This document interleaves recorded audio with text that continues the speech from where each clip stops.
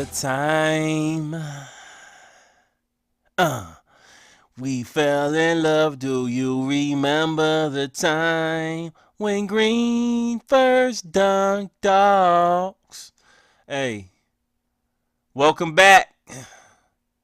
Welcome. What did I say in the preseason, folks? I got like one view talking to myself. But what did I say in the preseason? Somebody should pick up GERALD Green. He's a great offensive talent. All right? Somebody should pick up GERALD Green. He is a great offensive talent. Every year, this guy gets passed up. I don't understand. You know what? I'm going to say this without trying to trigger any emotion. Brooklyn Nets, why didn't you pick up GERALD Green again? Huh? Look at this one. Hey! Why would you not pick this guy up? Lost. Philadelphia 76ers. Philadelphia 76ers. Damn you. Great moves. Why didn't you pick up GERALD Green? Why didn't you pick up GERALD Green as the offensive weapon? I'm lost. I'm going to say another team. Tim Hardaway's going to get mad. Tim Hardaway Jr. going to get mad. But New York Knicks. Why didn't you pick up GERALD Green? Do I have to continue on? Let's go one step further. With JR, I love J.R. Smith in Denver. I loved him when he first came into the league and he was playing for the New Orleans Hornets. I thought he was the next Kobe. If he would have continued down that path, he probably could have been one of the great players in the NBA. He's limited to a bench role now. But Cleveland Cavaliers, with the lack of athleticism on your team, the age on your team, why didn't you pick up GERALD Green? You know what? Let's keep going. I'm tired. The GMs now, I'm getting frustrated with the decisions that they make. Let's name a team that couldn't use GERALD Green in some capacity. Now, I'm talking a lot of trash. GERALD Green happens to be a great offensive player. See, he's been doing this. Look at 2014 when he was with Phoenix. Probably his best years. This is a 41-point game. The game don't change. He's doing the same thing he's always done. He's doing the same thing he's always done. He's a scorer. Defensively, there's a lot to be, a lot to aspire to. I'll put it that way. That's the gap with the kid. I can see that. I think everyone can see that. He has lapses similar to J.R. Smith. They say J.R. Smith's a great defender. I'm back on him. I guess I'm riding his coattails a day. He's not. That's the problem with J.R. Smith. If you're not playing great defense and you're an inconsistent shooting guard, there's a problem. Hence why we had some flare over LeBron James the other night, right? But look at GERALD Green here as an offensive weapon. He's been doing that. Look, same shot for years. For years scoring at the off-guard position. He's a 20-point-a-night scorer in the NBA.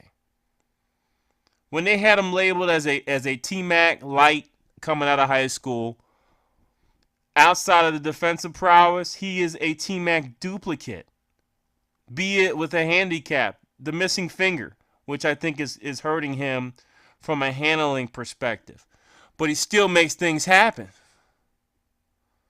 He still makes things happen. Does he have an attitude problem? Has to have an attitude problem for him not to be on a team. Has to.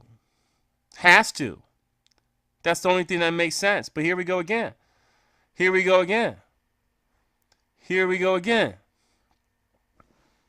41 41-point game. This is when he was at his peak. He finally got some burn with Phoenix. Who does he remind me of? There's a couple players that have done this, right? And I'm not going to show them here. Actually, I can pull one up. Anyone remember the man from the Cavaliers? Another scoring guard that made things happen on a lower tier team? Huh? Remember this guy? Huh? Mr. Ricky Davis. I'm going to put Ricky Davis on the Cavs, and whatever comes up is going to come up. Ricky Davis? Hold on, let's bring up. This is a 70s. This is the Celtic game. Same thing. Same type of player. All right, you really can't see the screen because resolution is like 120. But a scorer that just needed a chance to get on a team and make things happen, and this is what he would do. Super athletic, and actually Ricky Davis was not a bad defender. He just never got the chance to play for a good team, to contribute. Now, all that being said, something's happened, right? This is what happened. The return of the Green. Gerald Green has returned in full form, doing the same thing he's done since 2005. Score the hell out of the ball. Defensively, as I mentioned, a lot more to want from the kid because he's so athletic. You expect him to do more, but there's a handicap there that I think that affects that aspect of the game. I know it's a poor excuse, but there is a handicap there, right? Jesus. Huh?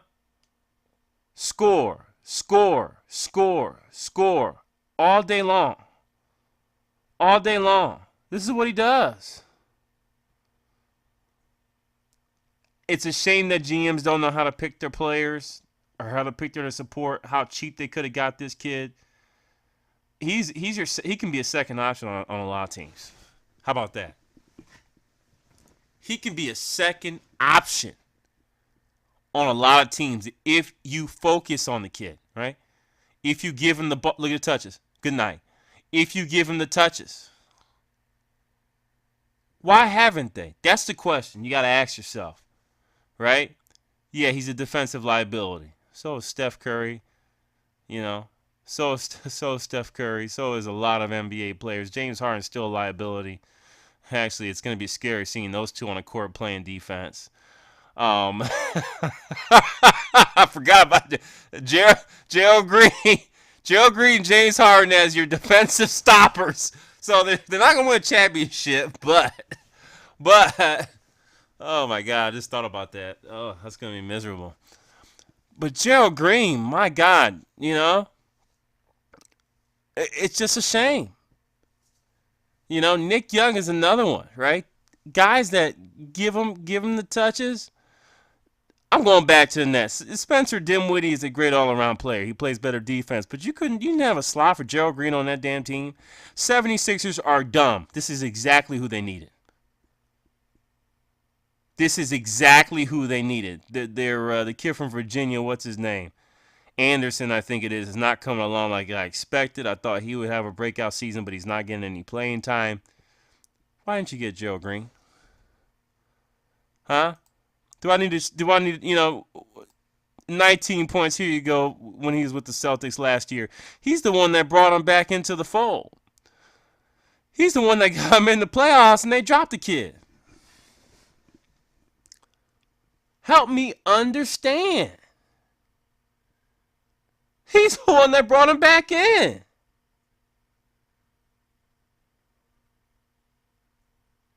Miami Heat, good year when he played.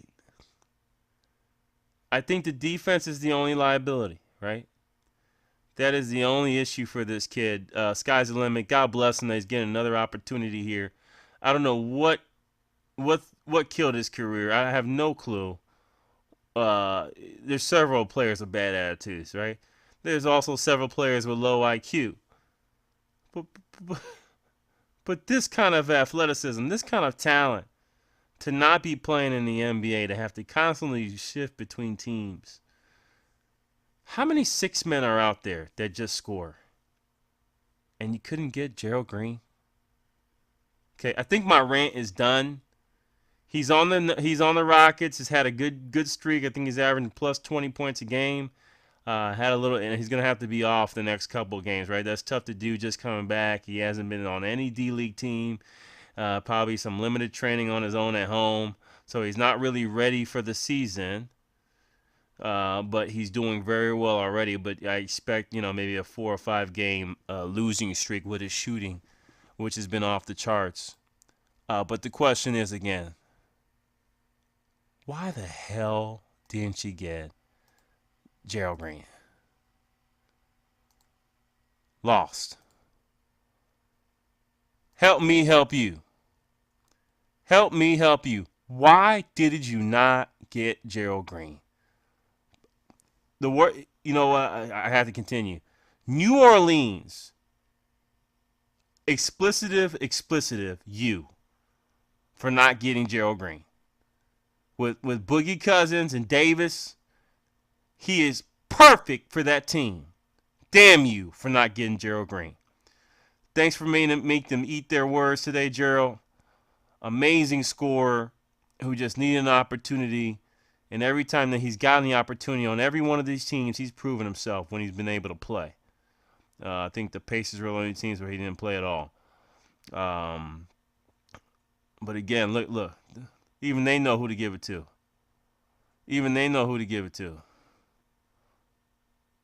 Right? Thank you, Gerald Green. Welcome back to the league. Houston Rockets, great pickup. Green is back. Thank you. Off work. Peace.